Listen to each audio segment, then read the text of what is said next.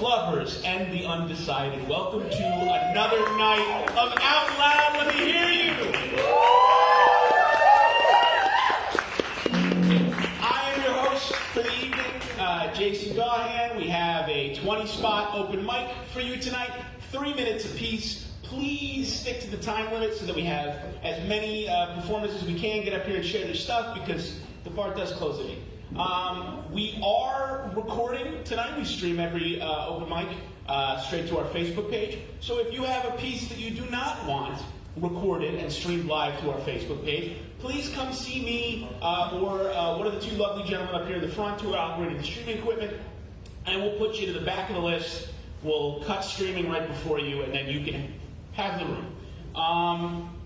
Anything other than that? Oh, right, content warnings. This is technically kind of an all-ages thing, and there are some things that people don't want to hear or deal with. So if you feel like you're going to be talking about some serious, tough, maybe triggering topics in your poems, things like suicide, assault, death, etc., just make it clear so people can prepare themselves, leave the room if they want to.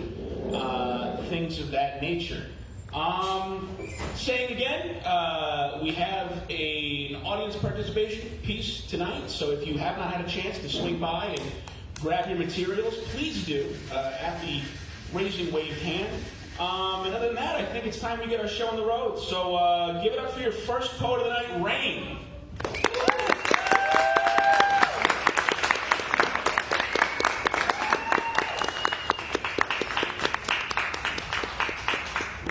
Hi, all. Hi. I got two for you. This one is called Only Gay Bar in the City. First time here. I'm not drunk, but the night comes in flashes. Glitter mingling with dust. Sweat-damp bodies moving at Billboard Hot 100 miles per hour. Club soda bubbles. My lips. Neons bouncing off your curls. Your mascara melting into ink blots. My number, scrawled on a bar napkin. I got no game, but the buzz of your arm against my elbow was enough to blur the night like watercolor. That's this one. And then if you'll let me be sappy for a little longer. This is called I Learned to Love Summertime. Because I miss being 19, threading our fingers under thick tree lines, green and glistening like malachite gems. Sunlight and shadow painting patches across your skin. Mesmerized and a little jealous when your hair stretches toward morning sky like sunflowers. Loving someone so beautiful, I could forget we were walking in 90-degree heat. We split in spring like flower buds cleaving open. After all this time, summer is still your favorite.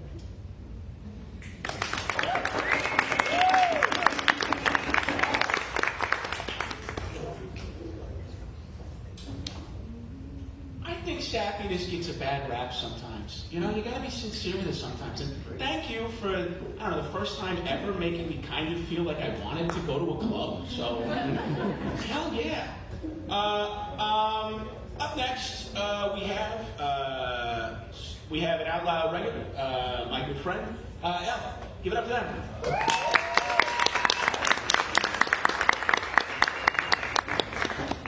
Hi everyone.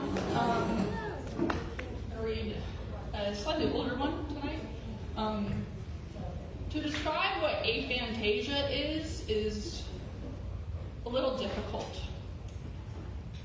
The best way I can describe it is if your mind's eye was blind, there is no apple in your mind. So, this is fighting aphantasia. Well, I'm trying to name the colors in your lion's mane, beard, flaxen, honey, amber. I realize you've been talking to me. You're focused on my face, expectation in your eyes, clear, gentle, sea glass blue. After a quippy response, you giggle and hide your smile, bright, stretched, toothy. When I brush aside your hair, I try my damnedest to memorize your face. rosy, beaming, angular, whispering to my mind, please, but your face is still hidden from view, bleary, hazy, faded. And the image is fading past impressionism. I close my eyes and reach for... Then I feel your fingers as they trace over my face, so I reach instead for what I won't forget. An aquiline nose with a slight ridge, a few wrinkles of crow's feet under my thumb, a bubbly laugh reverberating into the bones of my hand, a sharp, scratchy chin in my palm, a smooth, bony grasp clasped over mine. I know if I open my eyes now, they would meet yours. So I do, and I'll be damned if I forget this.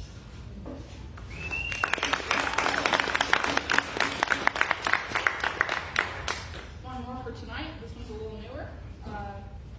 If y'all didn't know, April is National Poetry Writing Month, and this was inspired by one of the prompts, what is my favorite color? It's titled, Through My Mother's Prism. In the Sunshine State, we were always close to the Pacific Ocean, always close to the warm moon. Mom told me I shouldn't wear colors that washed me out, that turquoise brought out my eyes the color of her own. When we moved, the sand beneath my feet squelched into mud. Where's my familiar body, water? I tried to find it with hands plunged in dirty water, with sips of homebrewed tea, so sweet it hurt my teeth, with stains of white paint from brushing the picket fence. Somewhere between empty rolling hazel green and the stretch of sky too often gray, the twinkle in my mother's wedding band made me weep for a home that wasn't mine.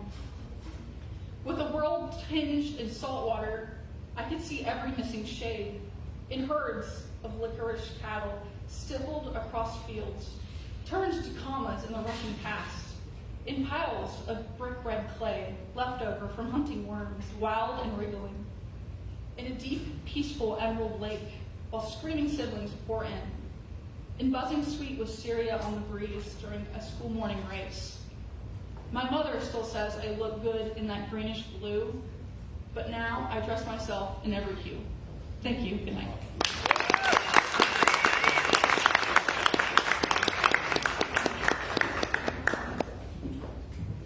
Elle mentioned aphantasia, and I just got to say, it is remarkable how vivid the images that you put in my mind are routinely. It's give it up one more time for Elle. And before we get too much further into the evening, I would like to take a moment to thank our venue and host, Straight to Ale. Can we get a round of applause for them? And our fantastic bartenders, keeping us all well hydrated tonight. Please tip your bartender handsomely at the end of the evening. Up next, we have Susan.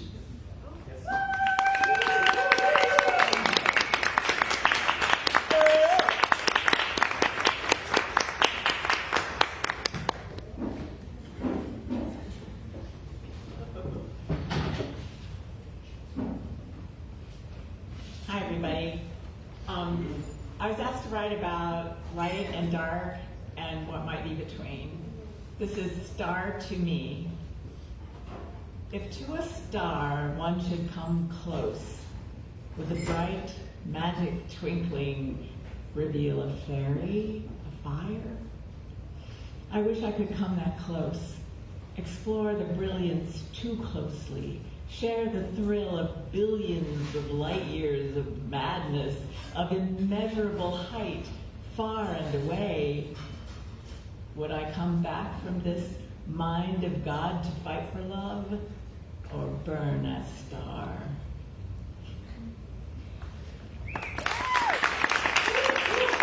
This is Call Me Home.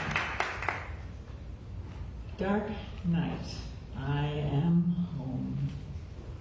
I come to you, bend to you, superlative of all in all destinies. The oxygen of life presents in day as well as night, but within the night, warmth fills me and holds me. Embrace of the wind, playful breeze, gentling the day, bringing memories far from away, or conquering blast to bend my unforgiveness, remind me to righteous fear and the lion that prowls, or the humors on the air.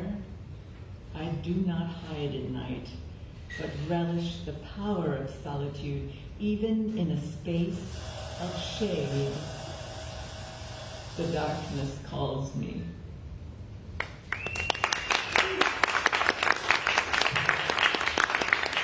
My last is 2 haikus.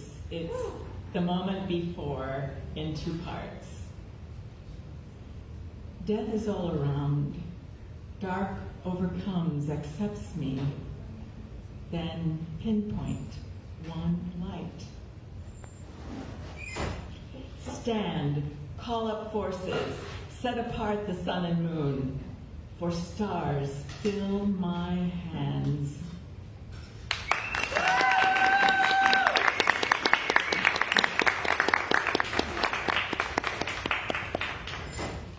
Give it up one more time for Susan. Personally, one of my favorite poets that we have the honor of hosting here. Just the other week, over at the university, I had the privilege of participating in a workshop she ran about recitation and about breathing exercises and about how to use your whole voice. I'm probably going to get a lecture after this. But in the meantime, please welcome up your next poet for the night, Max.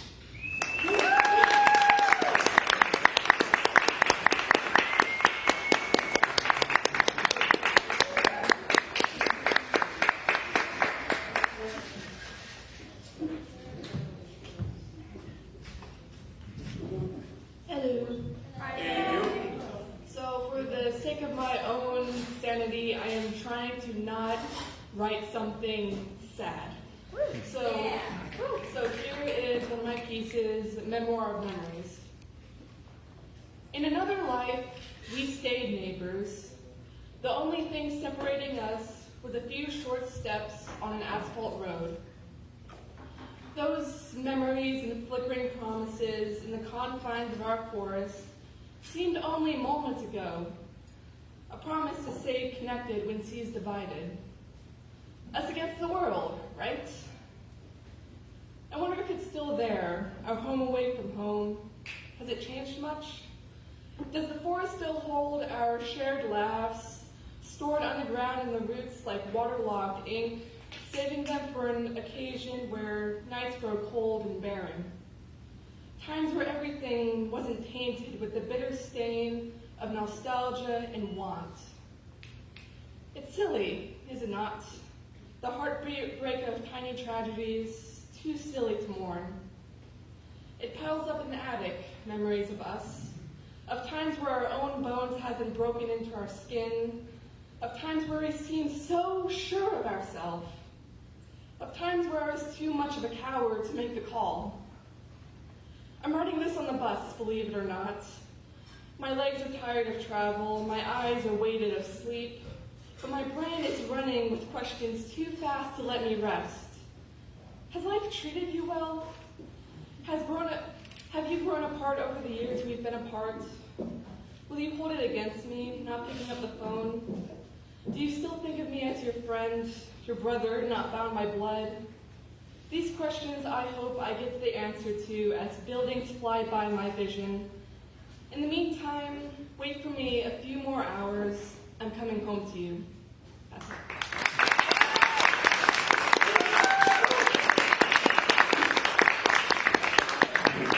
Absolutely beautiful and kind of an important thing to think about. A lot of us use poetry as a means to process trauma, difficult events, things that happen in our life that we're not really sure what to make heads or tails of, but there's so many other emotions to explore. And thank you for doing so.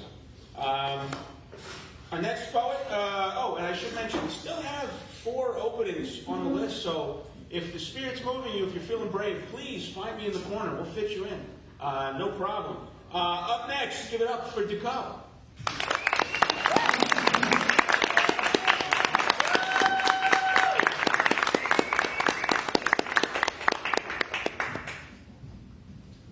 I always put myself way too high up on the list. And name is called. Okay, I have two today. This one doesn't have a title, which they never do, so. There is a tree in my backyard with limbs heavy under the weight of her own blossoms. Sweet scent fills the air, and every morning I sit beneath her with my back to the trunk the way I would have liked to rest against my mother's legs if she would have let me. Strands of my hair tangled into bark, I pretend that they might be her hands tenderly braiding. She hums a tune, and she does not sigh out of frustration. It is not a chore, not a death sentence. She asks how many I want. The sun is peeking up now over the house when I get her call. She will tell me about her dryer, how she loathes hanging things up, how the man won't be around to fix it until Wednesday, how they will probably tell her she needs a new one. She will tell me with anger she does not trust them. And then there will be a lull. She will not ask how I am, but I will tell her all the ways I have fallen in love with myself. I will speak on how winter gave into the decay, but it is spring now, and I am nourished by the fruits of my own labor. We say we must go, both of us hanging up, making excuses.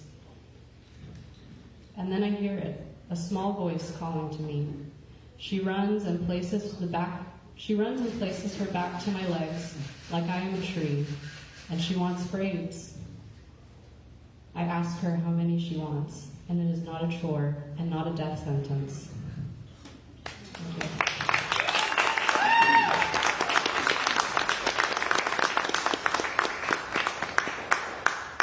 This is my other one. It's called Nothing Left But Silence.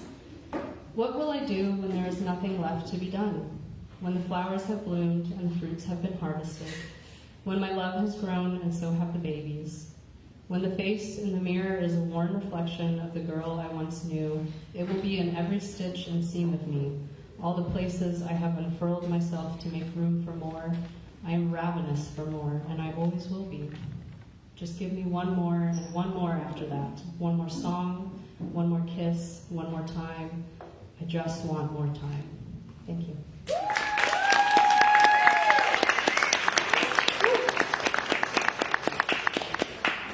You know, I don't know how we got into the habit of titling art. And sometimes you just gotta let it stand for itself, you know? Like everything it's gotta say, it's already saying. What's the title doing? Give it up again for Deco. If at the end of the night you have given an appropriately large tip to your hardworking bartender and you still have money that you're like, what am I going to do with this? Pay rent? We are a nonprofit, which means legally we don't profit. So if you'd like to help us out, please check out the donation bucket. It's right over there in the booth that everyone signed up at. And, drop some spare change. We'd appreciate it. Please give it up for your next poet, Max D.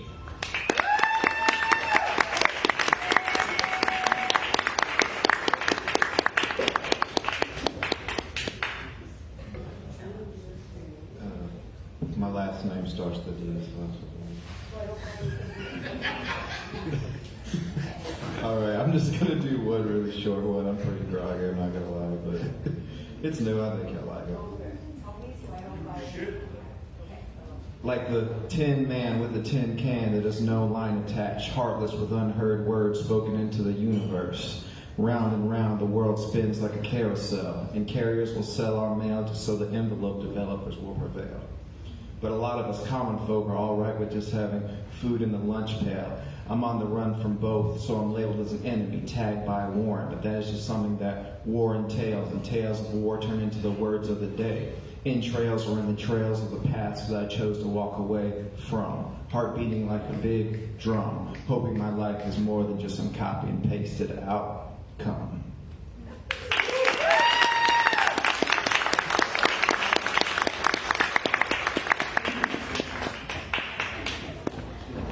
Give it up one more time. And one more time for grogginess as an emotion. Up next, we have something very exciting. Our first new poet of the evening, so make it extra rowdy for Autumn.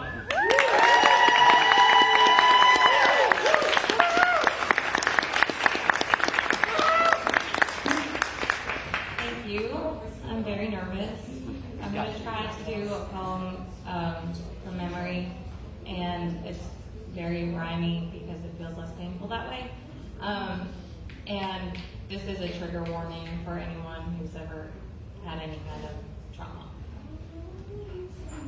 Once upon a time, I got lost in your eyes, deep as the ocean and the prettiest skies, peaceful and calm, your go-to disguise.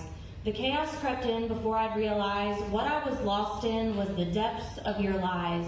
The spin and the spiral and the gasping for breath made it hard to believe what I'd never suspect. The push and the pull, our heads underwater, felt like a game as I sunk down under. You'd give just enough to keep me afloat, but I cried and I begged to send out a boat. My SOS cries fell deaf on your ears, so I swam all alone as you drank more beers. The boat you were on was your party yacht. You were larger than life until you were caught. And now you're crying out for some sort of rescue. I remember the feeling having no one to save you. You left me stranded and set out to new waters. I thought you'd just forgotten me, but instead you took my daughter. Heavy rain and wind, not worried about her safety. She trusted you to love her and she went with you bravely. She couldn't see it coming, the crash and the wreckage, so she still tried to love you when she should have been protected. You blamed her for your demons as she lifted you up. You say that you were trapped, left feeling stuck, but you were the one who brought her aboard to your sea full of evil and away from sandy shores. I crossed every ocean to save her from you. I wish I did sooner, and I would have if I knew, but she kept your secrets and even told your lies, and that's between you and the one you call divine. She's found safety and she floats freely. As you rot with your lies, we swim easily. The storm isn't over, but the days are much brighter. I look to the skies, thankful for my fighter. You knocked her down, but she got back up. As you drown in gin, not giving a fuck. So cheers to new beginnings, to not you, but to us. The waves are still crashing, but life has just begun. Yeah. Thank you.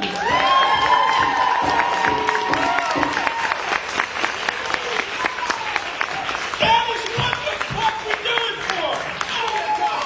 Oh my God! Woo! New poets! My favorite book!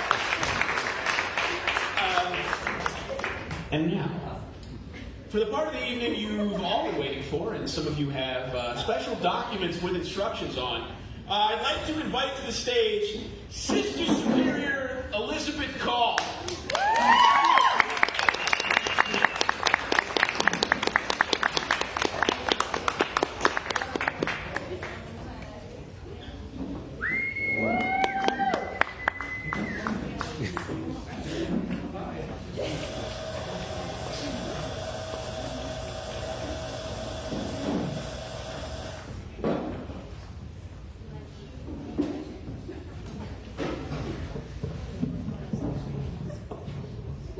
Well, I would have never been that number if I'd known that shit was coming. Can I get my coffee? One moment, please. We're not quite open yet. We did want to take a moment before we begin the ritual of outside of character and outside of notion, outside of emotion. We want to say thank you to Jason and the 30 and 30, his regular prompts, his time given to us when we ask for guidance and validation and constructive criticism. Incredibly, incredibly grateful. Thank you. Yeah. Righteous preparation, the unwashed wash, a ritual within ritual, familiar and strange. Cleansing the temple, minutes melt. Tick, tick, tick. Choral ululations fill hollow spaces. Today's word dispense as elders demand attention. Faithful and devout nod. Outside parishioners arrive, first in loose pairs, then in tight nines. Mutual anticipation builds as time that malevolent trickster moves fast for one and crawls for another.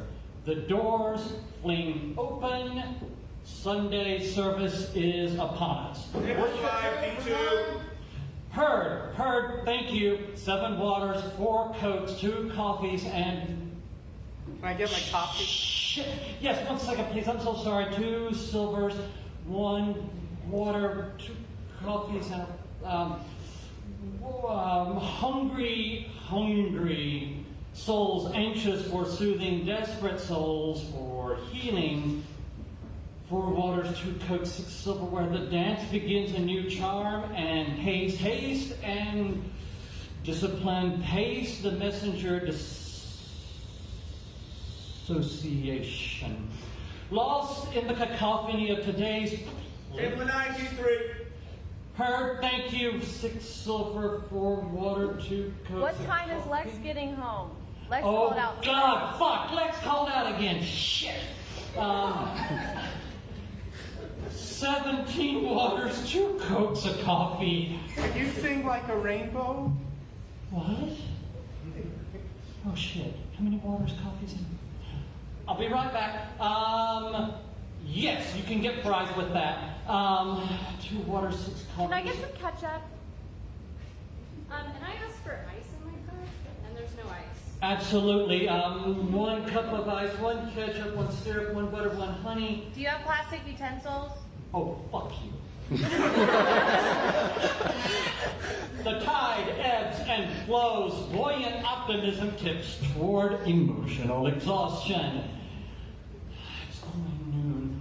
Fuck. Sorry. Fuck. Grim determination hours pass. Thank you for attending today. Resentful stares as the latest of late resist forced exodus. Their fate awaits. Firm boundaries remind, insist. Closing time is upon us. Finally, the last parishioner dispensed. Choral ululations fill traumatized spaces. Temple of cleansing, that ritual within ritual. Violent exhalations. The brilliant and broken turn out the lights. Another Sunday service served. Oh. Fuck, I forgot the French.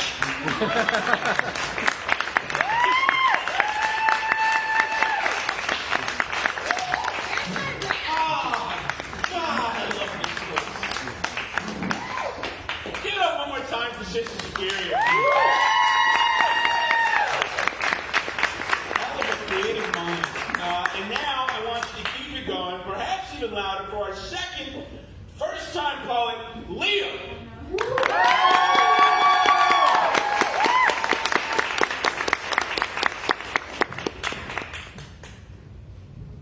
Please be gentle. This is something that I actually did quite a few years ago, so it is old. However, stay with me. I know that you're scared, shaking and cold, but by now you've become headstrong and bold. Right now you don't see, it's dark and you're weak. But one day you'll come through and you'll become me. All the fighting, all the lying, all the tears cried in vain, all the praying and the staying strong and well-behaved. Every single day you were the perfect little girl. But before their eyes they'll see they've raised a wounded warrior. It's so hard and it's so dark and you don't know where to turn. The long nights of feeling broken and unsure. The depression hits you harder than you ever deserved. But you'll stand up and bravely be that wounded warrior. I'm still working now to make you feel safe. From the unstable ground that you step on to a peaceful place. You went through so much. You pushed down so much. But you held your head up high and you grew, although, despite every nightmare, every demon, every painful memory, you put a smile on your face and pretended to be the perfect child, the one that they could be proud of. I know you wanted that so much. All the drinks, all the faults, all the problems for adults, and the trauma and distrust, and the simple fact that just You needed someone to protect you before you wound up bruised, but you were scared to tell them, so it wasn't their ego, too. My poor, wounded warrior. I'll make it better. I'll take you home. I'll hold you close and show how much you're loved. You're allowed to say that you're not okay, and that you can't be that perfect child that they knew. Instead, you're a wounded warrior.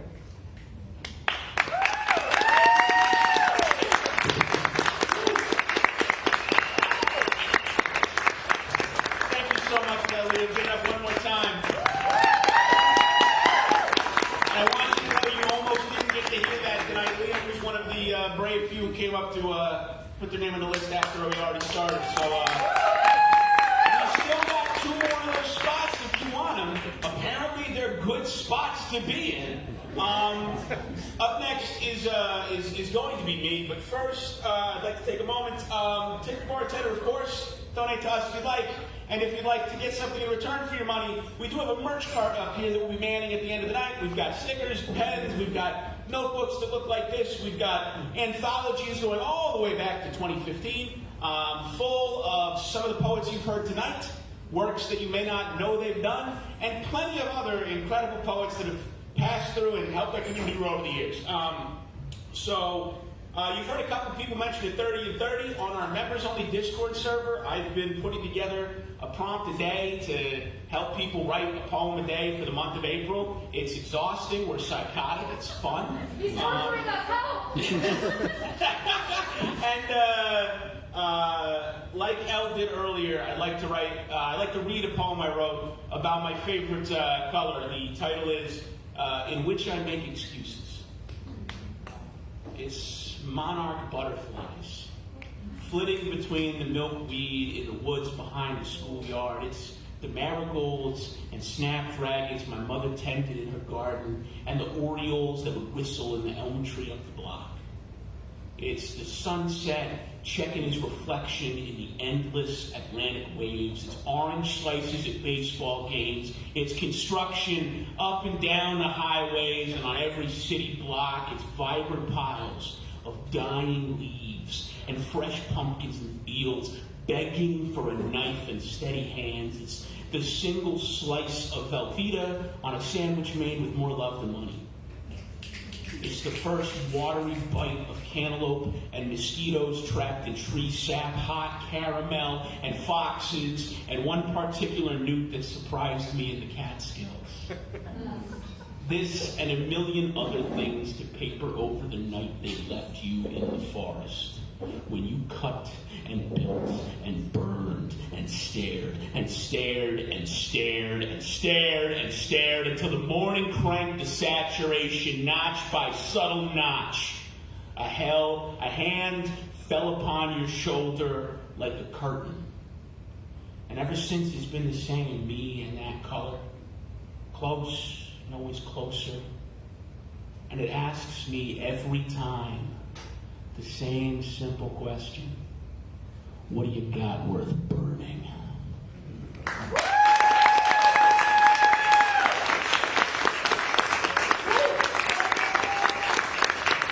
Thank you. Up next, my close personal friend and noted lover of the color green, Charlotte.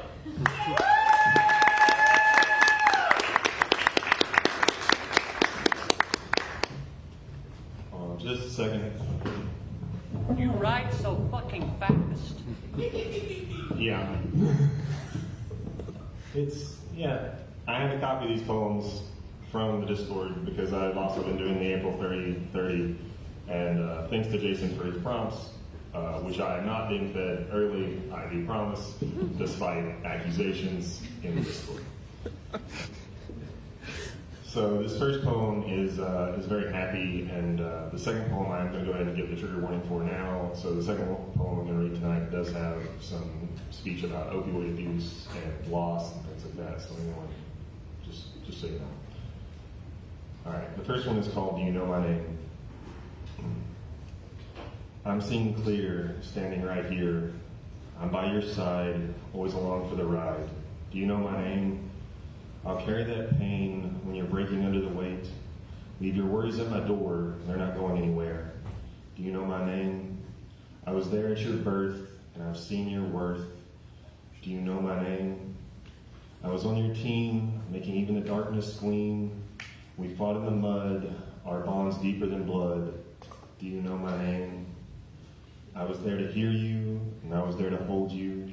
Distance cannot close me, and time only grows me. Do you know my name? I hold your name on your last day. I spoke your eulogy as only loss may. I was 6 bearing your handles as we lowered you into your grave. Do you know my name? I am found everywhere. My names are many. Sister, brother, son, daughter, father, mother. I am friend with no end. My name is love.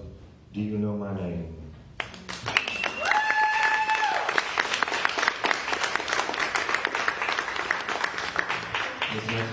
This next one is called Turning Point. I think the prompt for this one was something about advice that changed you in your life. And I kind of ran with that. So, you ran the race well until you first fell. You stood back up, but something was changed. For now you feared the pain, regardless of what you might gain. Approached by a dealer of poison and half-truth, making claims with no real proof. Like a wolf with prey, he knew what to say. He told you of how to fix the race and handed you the starting gun. Like a man with a shovel, you dug yourself a hole. A fate was set and the track was laid. Destinations predetermined, the train rolling on. A place 6 by 3 by 6 with 2 crossed sticks at the top. You forgot family and friend, but our love for you did not end. Spoken softly and kind, hoping to awaken your mind. Seeing you pulled apart, we held you in our heart. Revealed the wolf a killer by becoming your stone pillar. We would carry your weight and fill your cup and plate. Change the tracks, and we're not looking back. Remember some will shout, and others will still doubt, but I'm still proud of you.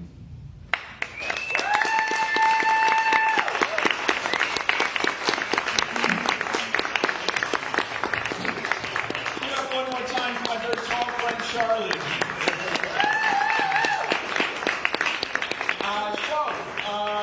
We've talked a lot about how to spend your money, namely tipping your bartender as much as you possibly can, donating to us either here or we have online methods on our website, outloudhsv.com, as well as links to our social media accounts if you'd like to follow us. We've got the merch cart full of wonderful merchandise, and we've also got membership. If you want to join the members-only Discord and, tap in with all these beautiful poets you've heard tonight who have referenced our challenge, that is 25 famously simple dollars a year. And you can also inquire about that at the merch cart. I will take down your name and email address and shirt size because members get a wonderful Out Loud shirt. It looks just like this without the URL, and it's white on black. Very fashion. I think that's all I have to announce, so give it up for your next quote of the night, SJ.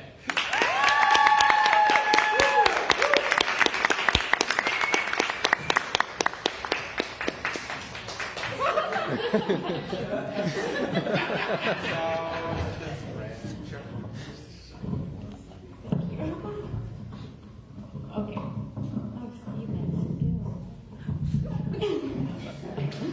Okay. Short, please. Thank you. So, I wasn't sure if I was going to read tonight, but I realized when I was going through my notes app that it's Easter Sunday, and a year ago today is when my family decided to make their grand stand and excommunicate me. So, these are two of the pieces that came from that moment. The first one's called Home. Even after this window was smashed and the door caved in, after you came like a thief in the night to steal this still beating heart from my rib bone walls, pulled the floorboards from my belly nail by nail and plank by plank, Even after you pawned the glass chandelier you ripped from the domed hull of my sternum and poisoned the well of my throat, and even though you sent the termites to tunnel through my foundation, softening the skeleton of the house my mother built, this somehow still feels like home.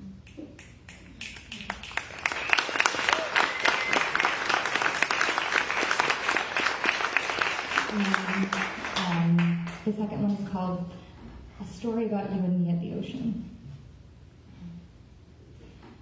We are so many fables in fiction, a life for every strand of your pale baby hair, soft like the water and vicious like her waves, siphoning away slivers of you with a raised hand, the rod, the child, the wound, the start. Tell me a story about you and me at the ocean. That's the day, I tell the girl, the day the ocean's queen rose, bobbed between the waves, sunburned retinas and falling scales, reached out to gift me the treasure that I held for you. The siren, the song, we spoke words not of the same tongue, but of skin and scales born from the same womb. Will you remember me there? Here's my weather-worn map. I scratched out the paths that reveal only monsters, the kraken, the whale, the great fish with tiny teeth. I can't promise you treasures of gold, but I can promise you I'll hand you back your voice, which I kept in the glass bottle that I wore around my throat.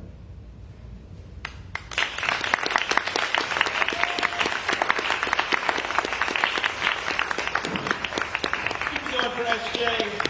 Thank you for those two beautiful pieces. It is Easter Sunday. It is also 420, which means he is risen, and you would not believe how high he got.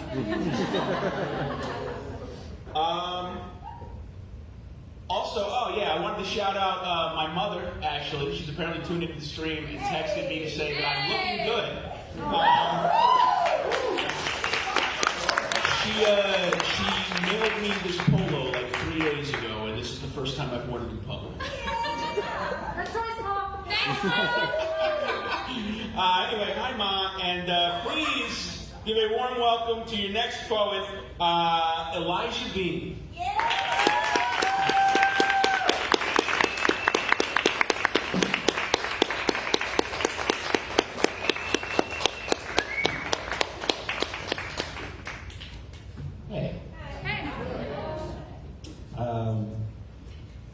So I used to just read the poem, but then I always wanted to say a thing before the poem.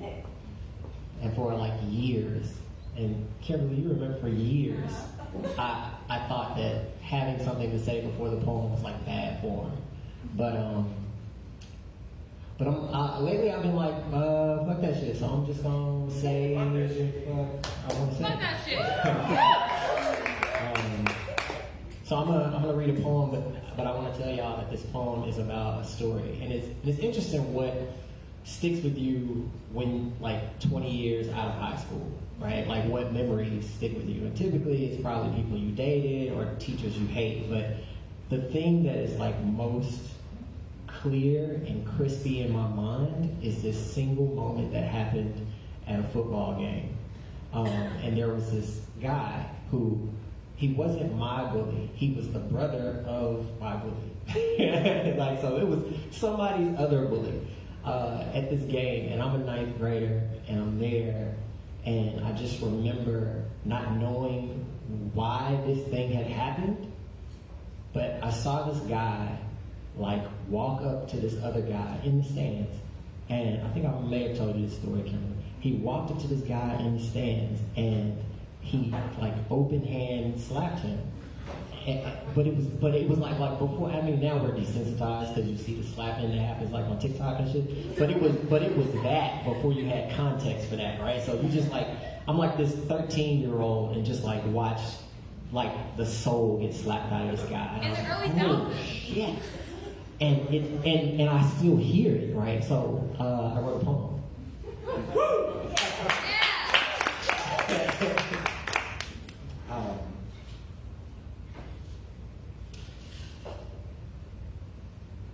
Javier Fred was everything wrong with the world, or everything we believe is wrong with it, or everything that results from our wrong beliefs. And I think he believed it too.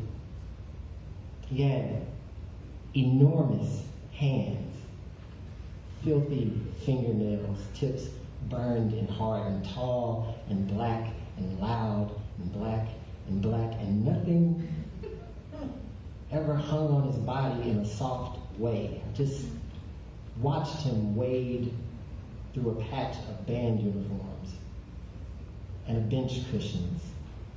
And Joseph saw him coming, saw him channeling his grandfather, nearly straightening his spine, chin high as a scoreboard, rising, firming in the crisp wind, wisping through the slits of the stands. And he pulled his hands on his back pocket, and the acoustics of a high school stadium, the band stopped. The game stopped. The birds ceased. The moths flickering through the floodlights stopped. The week old popcorn cascading from the PTA rented cookers stopped. The short tongues whipped and timmed stopped. The smoke wafting from the parking lot stopped. And this moment was itching on Monday, had a head on Wednesday, and by Friday, talking too loud would have set it off like a jelly landmine. And nobody knew what to do. No one knew how to start again.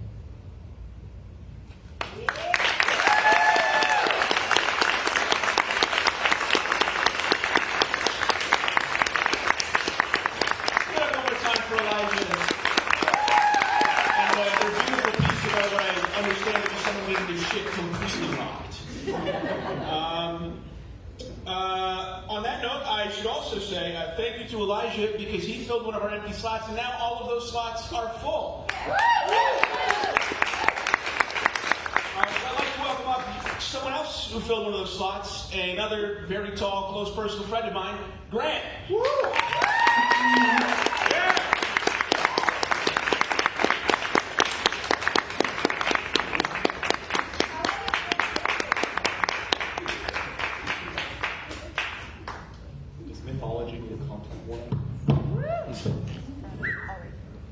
Beware, dear reader, such vengeful gods as these.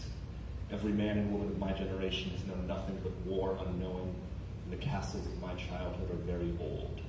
I give you the tales of the demons and the dragons. The demon's name is Asog, and the dragon is war.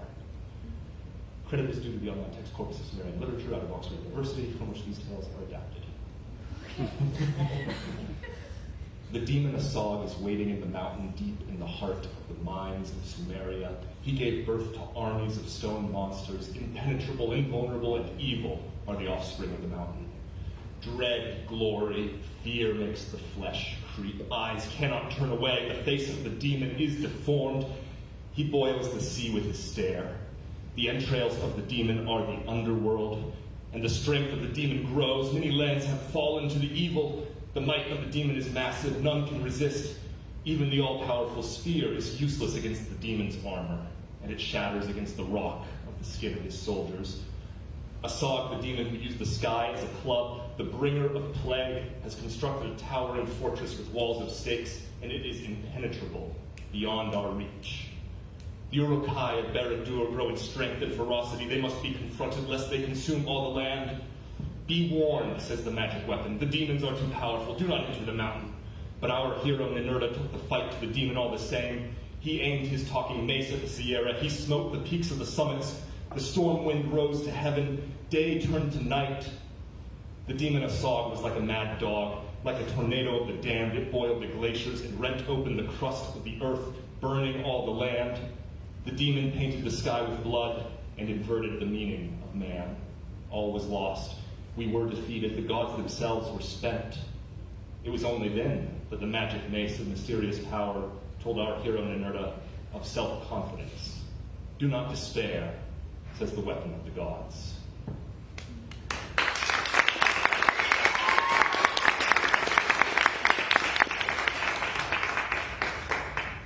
The gods created the dragon of war to punish humanity for daring to grow as numerous as the gods.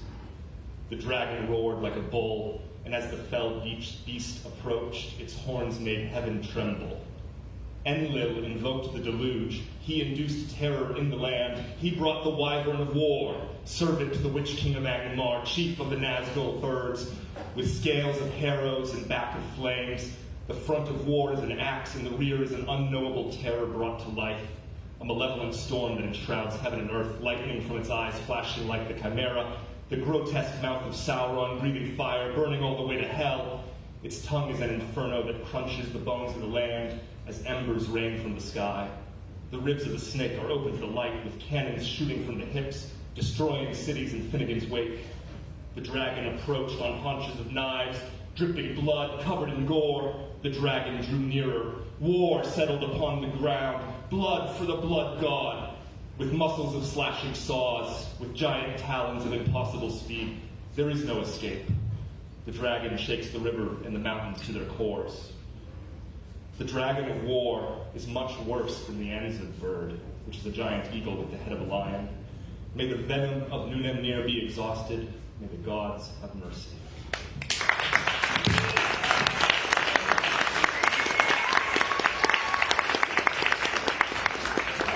Give it up one more time for Grant and the bold sacrifice needed to pick the mic up so that it's still where it should be. Thank you.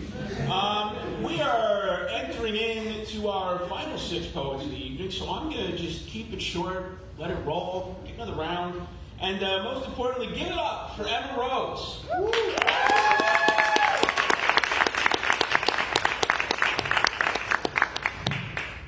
Okay, trigger warning a little bit for some family trauma. Letting go was not a releasing of hands, but a slicing of tendon and vein. My family blood poured onto the floor. Has your wound healed quicker than mine? Chronic pain twists my joints. I'm learning to live with it. The pain melts away in the sun. Have you felt it? It shines bright away from your arbor of thorns. Roses to those who don't know you, bearing your noses and your pungent fragrance. Your thorns you keep tucked away from sight. You saved them for me. I enjoyed the smell too, bandaging my hands every time I knelt to inhale. My wounds I gave myself this time, a clean cut that will mend with a rosy scar. I'll show them the mark I gave myself. I'll show them the ones you gave me too. Small, jagged scars from pressed thorns.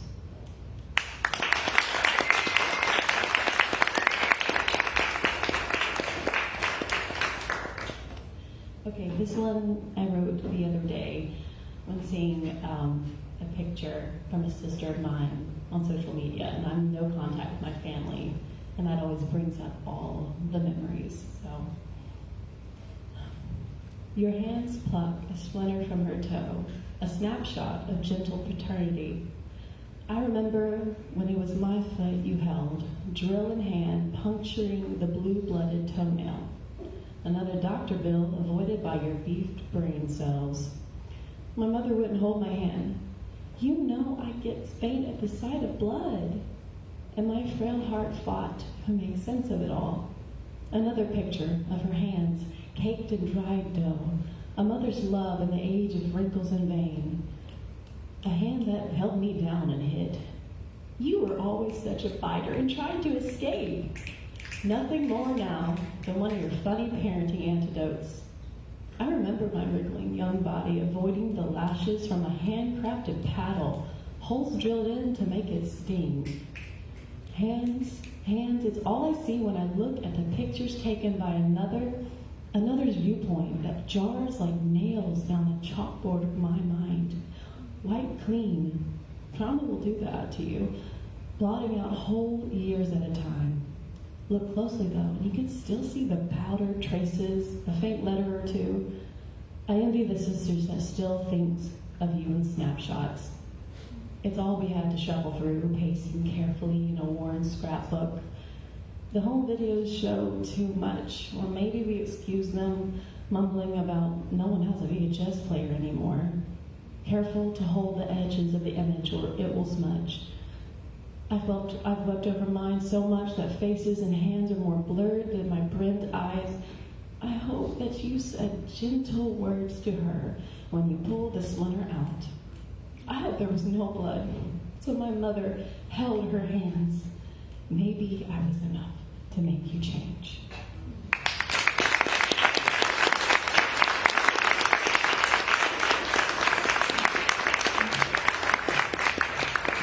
Keep it going for Emma Rose. And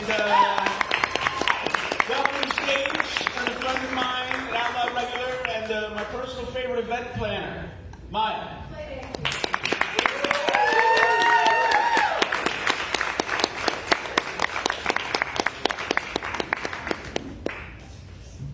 Hello. I just wrote this recently, and yeah. I don't know how I like it, but I'm gonna try it. So, when I press my hands into the earth, children surround me. Their tongues and limbs move for movement's sake, and the soil, the sun, the water, and the roots beckon them, call to something secret in their body. A little boy with hair like morning light picks every dandelion gone to seed, follows the bits of translucent promise until the wind takes them too high. We are pulling up the weeds and the killing things, the earth, green again and waiting as we bring the fertile loam to the surface, press the detritus of cold months beneath. They find worms and snails and May beetles and hold them in their palms and name them friend. A little boy with skin like dew presses into my hands a gift bundle of flowers, sorrel and madder and speedwell, and there are wild onions in the garden which we pull up with the weeds set aside in glass jars of clean water to plant again.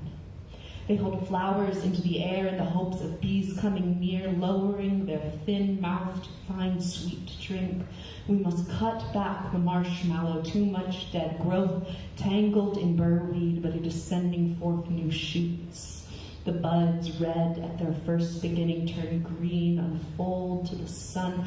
Beneath the catmint and the sage is a burrow of newborn bunnies, and a girl with eyes like earth hovers her hands above a lost babe's body and guides it home. When I press my hands into the earth, children surround me, and I cannot despair. Thank you.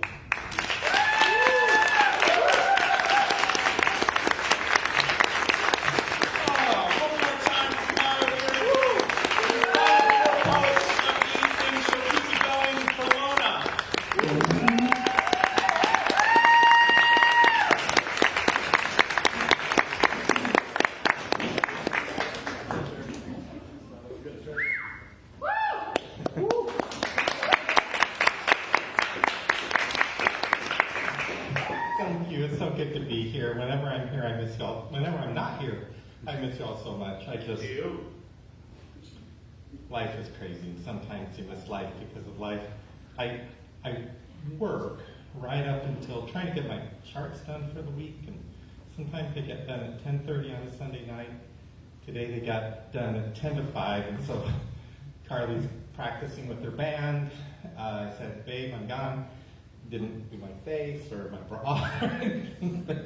So I hope we're okay. All right, so it's just good to be here. I just try to get here all the time. All right, this one I wrote a few years ago. There's been a lot about family. There's been a lot about blood. And I was thinking a good bit about bloods after I came out to my sister, my older sister, when I came out as trans and queer. And I thought that she would just, everything would stop. She would just love me. And she's still trying, to her credit. And so I'm glad for that. But then I went home and wrote this. It does have some existentialism in it. So it's an existentialism morning. We all know we're good at that, right? Anyone here?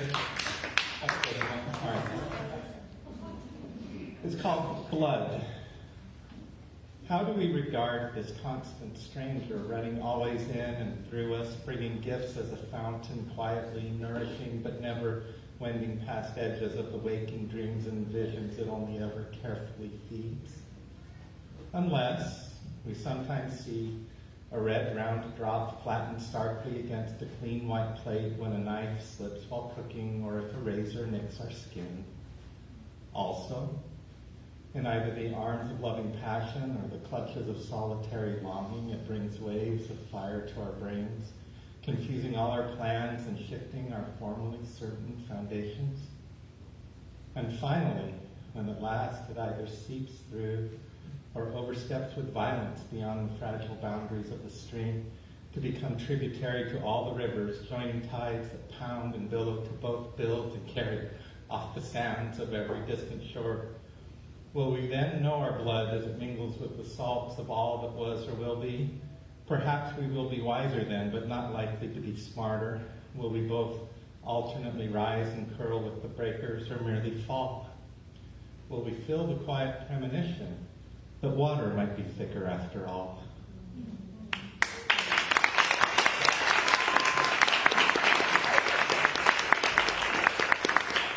This is about family. And I think I've got it memorized. It's a quadrille, 44 words. A word that's assigned has to be in it, 44 words minus the title. This word was given to me by Carly, and the word was family.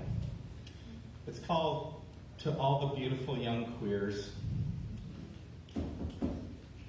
Sorry, I just have a lot of patients moving out of state right now, and I miss them.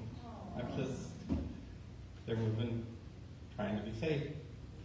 And I'm glad they could be safe, but I miss them all. To all the beautiful young queers, safe families lock you neither out or in, but hold you like nights blending into dawn. We aren't just harmonies, we are the song. If it's not safe, just listen, sing, and wait. We're here, we're queer, and we'll be your mom.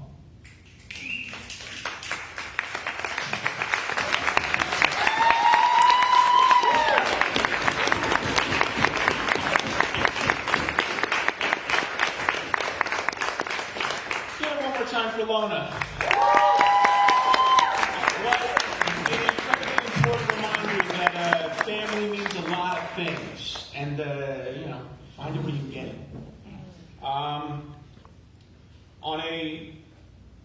On a different note, I would like you to make a lot of noise and make it very warm in here for another first-time reader, Hannah.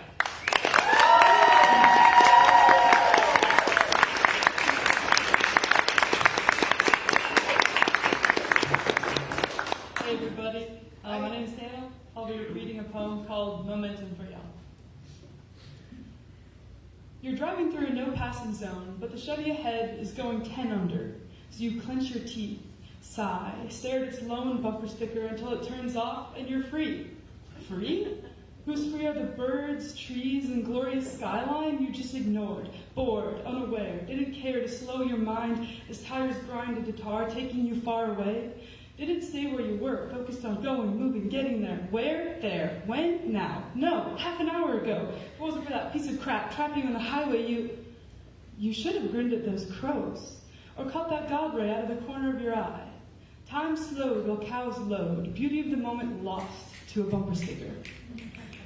Stuck in that instant, you recall being licenseless, surviving the passenger era, forehead tilted against glass, eyes glassy, words sassy towards parents behind schedule. But that was so long ago. Where did that long time go? It went, it bent, time spent when you lent it to projects, people, personal victories. Did you pause to remember? Take your eyes off a fender? Snapshots keep flashing, memories stashing in the cache, a crevice, a faded Christmas in our minds, unwinding because suddenly we're here, traveling along, driving and striving, arriving and departing, a part of us left each destination. We grow up, move out, too late to doubt our vortex of decisions. I am here and this is me, our mantras right now. But don't fear your past self. Don't put them on a shelf. You are your worst nightmare, but also your biggest inspiration. No one knows you like you do, so don't fade. Losing your shadow only makes you shallow, too deep. The past is full of dimension, but living in tension never reaches ascension. If we don't notice what's right in front of our eyes, instead of what's on our minds, the older we grow, the less curiosities we bestow. The younger selves kept an ability, it's not fragility, to slow down. Driving through town, even without a pickup ahead, going 10 under the limit, reaching the limits of frustration. But resisting its hold makes you free as you once were. Free? Who's free are the adults who haven't lost their anticipation, admiration, and fascination with this world around us. Thank you.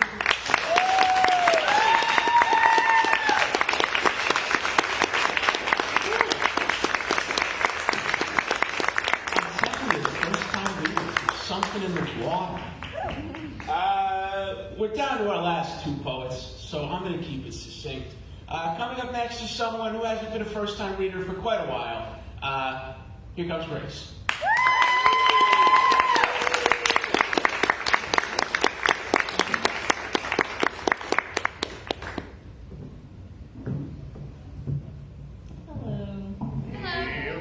Also participating in the 30 and 30 challenge, and I wasn't going to read anything that I've written for it, but then other people did. So I'm nothing if not a bandwagoner. I'm not going to read my color one though because I didn't love that one. I'm going to read a really depressing one. The prompt was about eulogizing things or people. So this is a eulogy for the person my brother was before the cardiac arrest.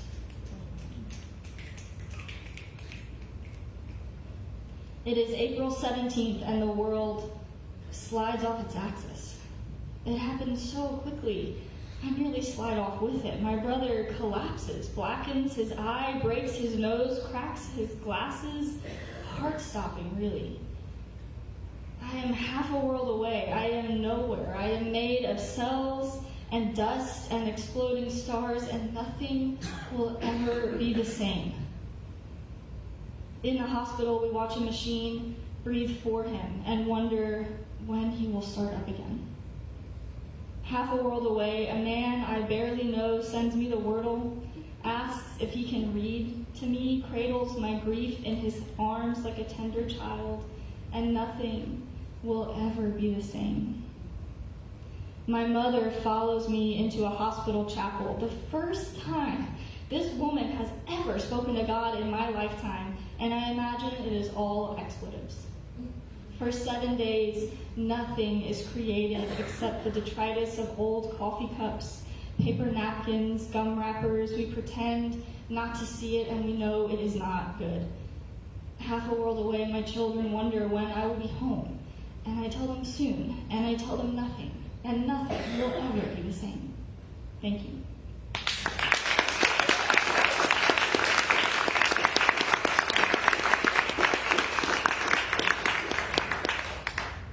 This is called Posy.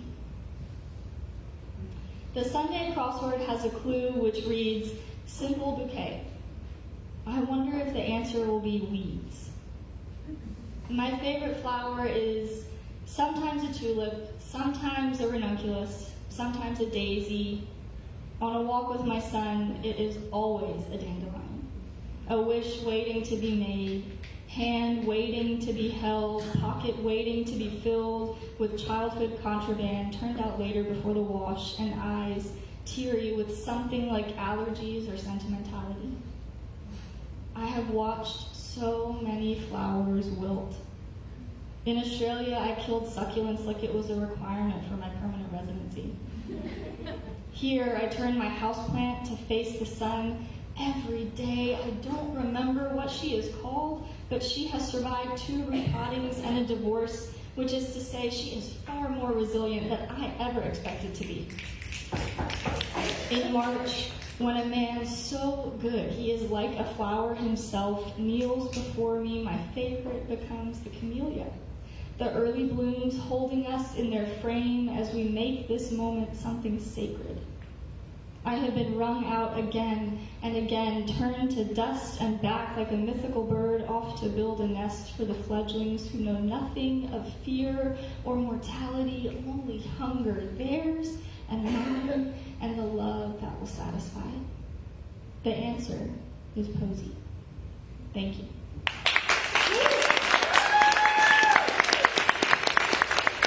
All right, one more because it's Easter and we're at church and I just love you all so much. Oh my God. This is called Sea Glass.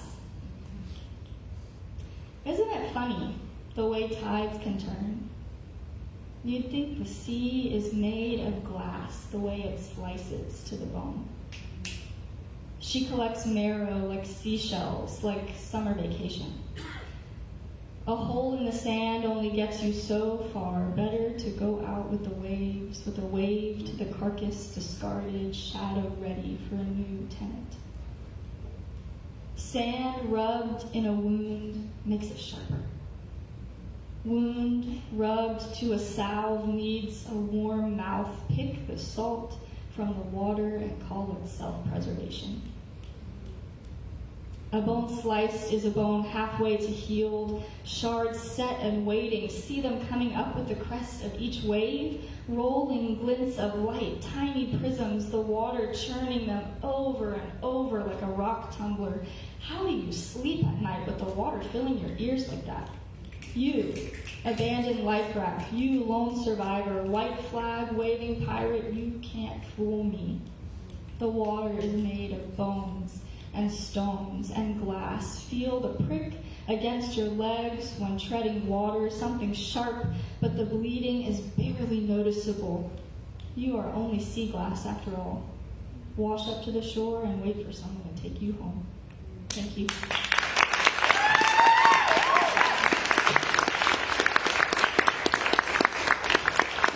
One more time for Grace.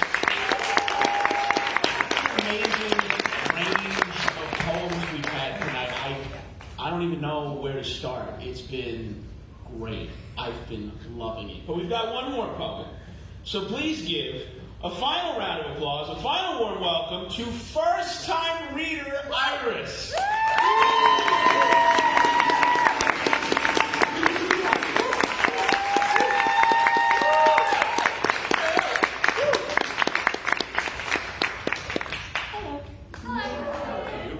I wrote this poem a year ago after I became my mom's full-time caregiver.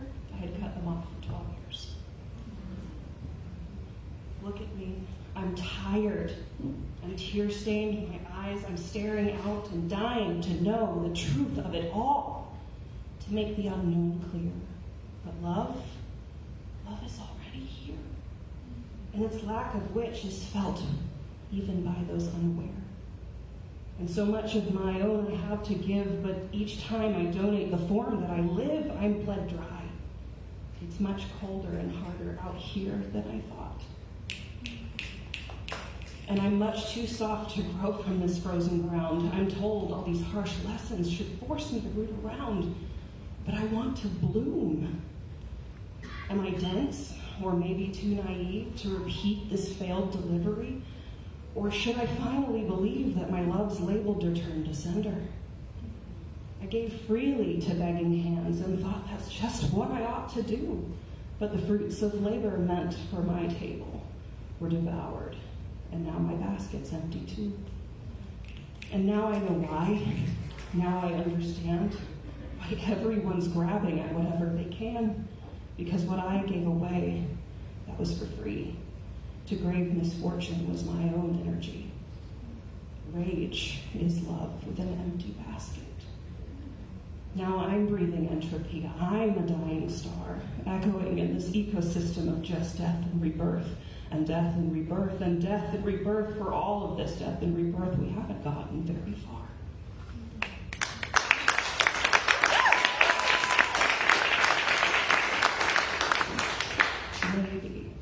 Maybe emptiness is the start to what's real. For the hands that reach for me then are not to grab at the nothing that I have left, but come instead to steady mine.